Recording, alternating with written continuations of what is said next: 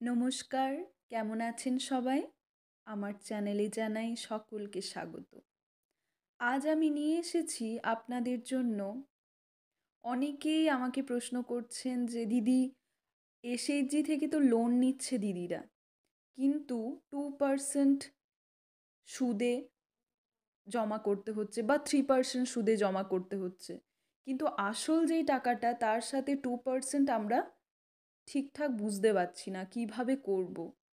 তো আজকে তাদের জন্যই সেই ভিডিও। আসল যত টাকা নিচ্ছে তার সাথে 2% বা 3% হারে সুদটা আমরা কিভাবে বসাবো। ঠিক, তাহলে দেখে নাও।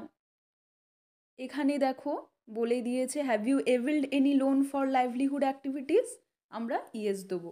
মানে প্রত্যেকটা এসএইচজি মেম্বার কিন্তু ব্যাংক থেকে লোন নেয়, যদি নিয়ে থাকে তাহলে ইয়েস। এখানে দেখে নাও বলেছে type of livelihood activity for which loan is অ্যাভেলড। এটার মানে কি? অর্থাৎ লোনটা তো নিয়েছে, কিন্তু কিসের জন্য সে লোন নিয়েছে। অপশনস দেখো, এগ্রিকালচার মানে চাষাবাদ। নেক্সট অপশন দেখো, আদার ফার্ম বেসড অ্যাক্টিভিটিস, যদি অন্যান্য তার কোনো ফার্ম থাকে তার জন্য যদি নিয়েছে। নেক্সট অপশন অ্যানিমাল হাজব্যান্ডারি, মানে ছাগল পালন, মুরগি পালন, হাঁস পালন, শূকর পালন, এই জন্য যদি সে টাকা নিয়ে থাকে, লোন নিয়ে থাকে। নেক্সট অপশন এনটিএপি অ্যাক্টিভিটিস, এর মানে কি নন টিম্বার ফরেস্ট প্রোডাক্ট, মানে জঙ্গলের যেই জিনিসপত্র, জঙ্গলের যেই সম্পদ রয়েছে সেই জিনিস দিয়ে যদি সে কোনো বিজনেস করে। একটা উদাহরণ দিচ্ছি, যেমন জঙ্গলে পাতা থাকে, শালপাতা, অনেকেই শালপাতা নিয়ে এসে সংগ্রহ করে এনে বাড়িতে মেশিন কিনে সেলাই করে বিক্রি করছে। তো সেই পাতা সেলাইয়ের মেশিনটার জন্যও অনেকে লোন নিতে পারে। ঠিক, যদি নিয়ে থাকে তাহলে এটাকে রাইট করব, যদি না নিয়ে থাকে অফ করব। নেক্সট দেখো এমই, অর্থাৎ মাইক্রো এন্টারপ্রেনারশিপ অবলিক কি দিয়েছে, নন ফার্ম অবলিক স্কিল অ্যাক্টিভিটিস, যদি সে নিজস্ব কোনো বিজনেস করছে, ছোটোখাটো বড় বিজনেস করতে গেলেও অনেকটা টাকার কিন্তু প্রয়োজন রয়েছে, তাই জন্য কিন্তু লোন নিতে পারে, যদি নিয়ে থাকে তাহলে অপশনস।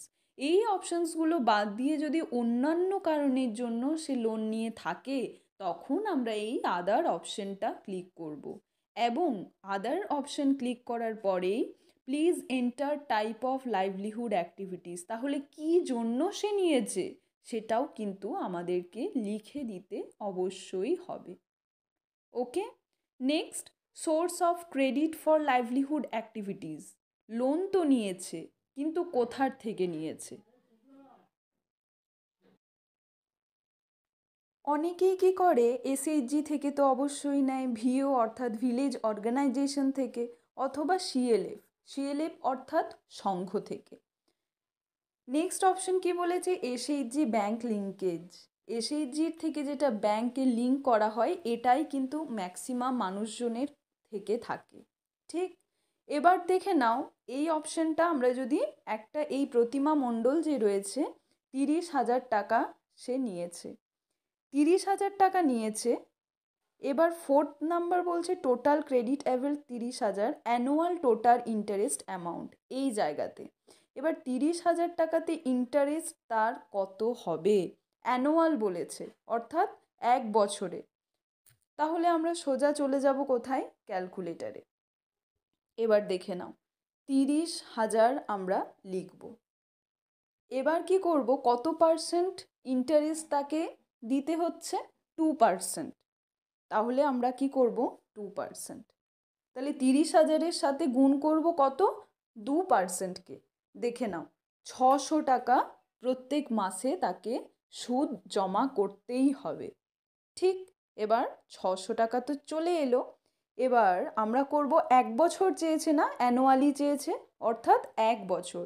তার মানে এটার সাথে আমরা গুণ করব কত, 12। 1 বছর সমান 12 মাস আমরা জানি। দেখে নাও তাহলে 30,000 টাকাতে টোটাল এসে গেল সুদ কত, 7,200 টাকা। ঠিক, এবার তাহলে আমরা কত এখানে লিখে দেব, 7,200 টাকা। ঠিক, তাহলে 30,000 টাকায় সুদ কত হলো? বাৎসরিক 7,200 টাকা। এবার আমি তোমাকে আরও একটা এক্সাম্পল দেখাই। যদি এখানে 20,000 টাকা যদি করো, ঠিক, যদি 20,000 টাকা, যদি কেউ 20,000 টাকা লোন নেয় তাহলে 2% সুদ কত হবে?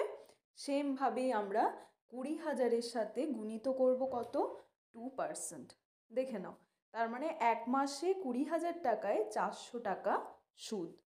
তাহলে 400 করলাম। এবার বাৎসরিক চেয়েছে, অর্থাৎ 1 বছর, 12 মাস। তাহলে 4,000-এর সাথে আমরা কি করে দেবো? 12 গুণ করব। তার মানে কি হয়ে গেল? সে 20,000 টাকা লোন নিয়েছে এবং 1 বছর তাকে 4,800 টাকা সুদ দিতে হবে। দেখে নাও, তাহলে এখানে যখন টোটাল ক্রেডিট অ্যাভেল 20,000 লিখব, তখন এখানে তার সুদটাও লিখব। এইভাবেই কিন্তু আমরা ইন্টারেস্ট বের করব। আশা করি এবার কেউ 20,000, কেউ 30,000, কেউ 40,000, কেউ 1 লাখ, কেউ 1.5 লাখ নিলে সুদ বের করতে আর কারোর অসুবিধে হবে না। তো থ্যাংক ইউ সো মাচ ভিডিওটা দেখার জন্য। আরও যদি কোনো কোয়েরিজ তোমাদের থাকে অবশ্যই কমেন্টের মাধ্যমে আমাকে জানাতে পারো। আমি চেষ্টা করব আমার 100% দিয়ে সেটাকে সলভ করে দেওয়া।